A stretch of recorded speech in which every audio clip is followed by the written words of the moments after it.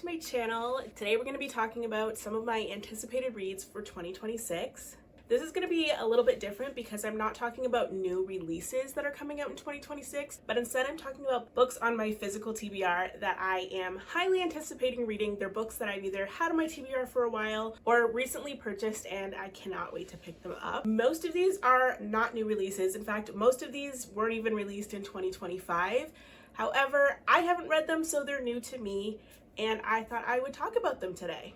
If this is your first time watching one of my videos, I am posting for Vlogmas every single day up to Christmas Day. I'm trying to grow my channel. I'm trying to get a little more used to talking on camera and trying to be natural. If you want to join me on this journey, please subscribe to this channel and like this video. I have a pile of books here that are all part of my physical TBR that I want to read, so let's dive into these books. The first book I'm going to talk about today, I've actually only read one other book by this author, but I loved it so much that I immediately want to read everything they've ever written, and it is The Inheritance Games by Jennifer Lynn Barnes.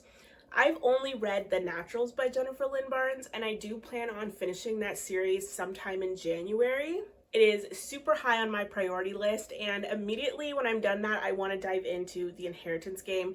This book was gifted to me almost a year ago now, and I've been excited to read it ever since. I just haven't gotten around to it because my TBR is always so large and there's always another book to read. But I am really excited about this. I want to start reading series in quick succession. In the past, I've read one book, put it down, and then come back to the series months later. In 2026, I'm going to try to start a series and finish it before I move on to something new. So hopefully I will be able to read The Inheritance Game and then power through the rest of the series in a couple of weeks. The plot of this sounds so interesting and so unique. I'll read the back cover to you quickly because I just think it sounds so cool. It says, "Secret passages, elaborate riddles, billions at stake."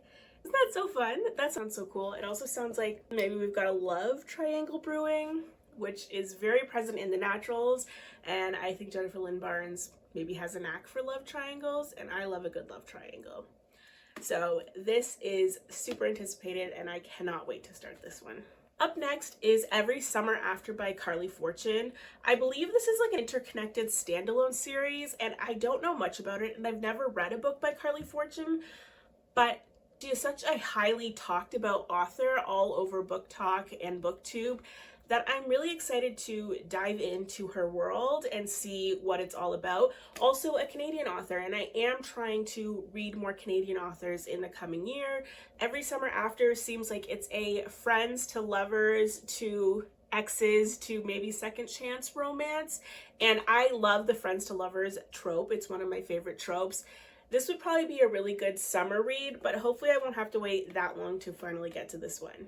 They Both Die at the End by Adam Silvera has been on my TBR since before I really had a TBR. I had wanted to read this one because I had been told about this book. Friends who were reading a little bit more, especially back when it was released in like 2018 or around there.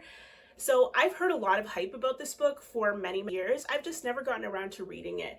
I picked it up a few months ago. It's been sitting on my bookshelf, but I think it's finally time to just crack it open and see what it's all about. I'm a little worried that this is going to feel like it was written in a different time, because it was, but also I want to know what the hype is about. I have FOMO, and I hate having FOMO. I hate missing out, especially when it comes to really hyped up books. This is still a really, really talked about book, so I think it's time for me to open the pages and see what the hype is all about. Obviously, this is going to be a very sad book, but I honestly don't read that many heart-wrenching books that really play on my emotions that much, and I want to start reading books that challenge me, that are a little bit different than what I normally read. So this should hopefully hit the spot when it comes to that. I'm ready for my heart to be ripped out. Better Than the Movies by Lynn Painter is just one of many Lynn Painter books that I'm actually very interested in. I love YA romance books. There's just something really special about sort of feeling of your first love, and I think that they're so well represented in YA romance books. I've heard so many good things about Lynn Painter. My best friend loves Lynn Painter and has been telling me to read Lynn Painter books for the better part of a year and a half. And I think I'm finally going to do it. I've had this on my physical TBR for a while. It looks really cute, and I think it's going to invoke the feeling of a 90s rom-com. which is the best type of rom-com. Great Big Beautiful Life by Emily Henry. It is crazy that I haven't read this yet. Emily Henry is probably one of my top 3 favorite authors of all time. I adore her writing. The way she writes female characters really speaks to me. They're very nuanced. They always experience so much growth in the stories that she writes, and I just feel like her stories are so much more than just a romance. They really resonate with me. So this has been on my anticipated TBR for 2025, but I didn't have the physical book in hand, and I picked it up last week finally. I found it at a thrift store. I talked about it a couple videos ago, but I'm not buying new books anymore. I'm thrifting everything that I can. The only time I'm buying new books is when it's something I've already read and adored. And while I pretty much know I'm gonna love and adore anything Emily Henry writes, I'm kind of trying to stick to that plan, that intention. So when I found this while thrifting, it was so exciting to me. I can't wait to open the pages of this and really dive into it.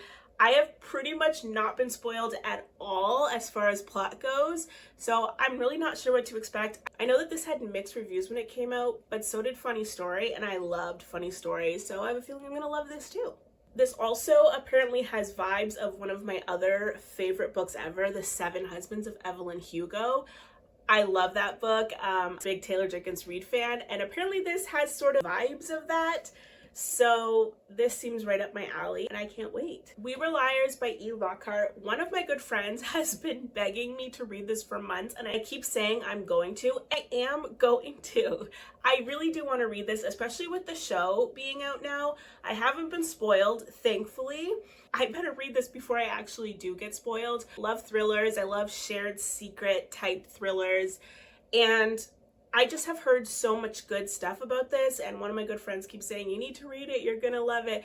So I actually have this book and the second book in the series, which is called Family of Liars, I believe. So once I do finally get to this, I'll be able to go right on to the second book, which is always a good thing. 2026 is the year that I'm finally going to read down my physical TBR, and this is one that's been on it for a while, and I think it's finally time to just bite the bullet and read it, and I know I'm gonna love it. And then I can watch the TV show, which is so much fun when you compare a book with a really good TV show. With the recent release of part 1 of the series finale of Stranger Things, I've been in such a mood for like thriller horror, and My Best Friend's Exorcism fits that bill so well. I picked this up a while ago. I love Grady Hendrix. I just love the way that Grady writes thrillers and like a little bit of a supernatural sort of weird paranormal element to their books. I can't wait to read this, and I'm in just such a Stranger Things 80s mood lately that this is gonna fit in so well. This is like a summer camp slasher, and mixing Stranger Things with something like Scream, I mean, what could be better than that?